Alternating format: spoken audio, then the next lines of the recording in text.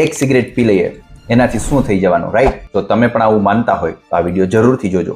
Hi, my name is doctor અંકિત પટેલ અને આજે આપણે વાત કરશું કઈ રીતે એક સિગરેટ તમારા બ્રેઇન અને તમારા લંગ્સ ઉપર અસર કરી અને તમને એડિક્ટ બનાવી દે છે. સિગરેટના ધુમાડા સાથે નિકોટિન નામનું એક રસાયણ તમારા ફેફસા દ્વારા તમારા લોહીમાં પહોંચી જાય છે અને જ્યારે આ નિકોટિન આપણા બ્રેઇનના રિવોર્ડ સિસ્ટમ પાસે પહોંચે છે ત્યારે વ્યક્તિને આનંદ, ઉર્જા અને કોન્સન્ટ્રેશનમાં વધારાનો અનુભવ થાય છે.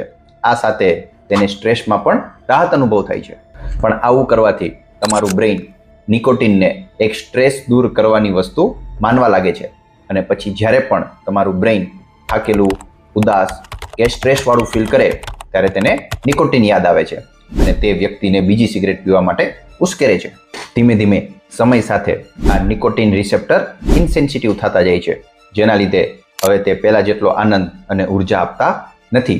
એટલા માટે જ વ્યક્તિ વધારે ને વધારે સિગરેટ પીતો થઈ જાય છે. નિકોટિનના લીધે ધીમે ધીમે મગજના રિસેપ્ટરને તો નુકસાન થાય જ છે, પરંતુ સિગરેટમાં રહેલા ધુમાડાના કણો ધીમે ધીમે આપણા લંગ્સમાં જમા થતા રહે છે, જેના લીધે લાંબા ગાળે વ્યક્તિને ક્રોનિક કફ, શ્વાસ લેવામાં તકલીફ, છાતીમાં દુખાવો અને ફેફસાના કેન્સર થવાની પણ શક્યતાઓ રહે છે. એટલા માટે જ વહેલી તકે સિગરેટનું વ્યસન બંધ કરવું જરૂરી છે.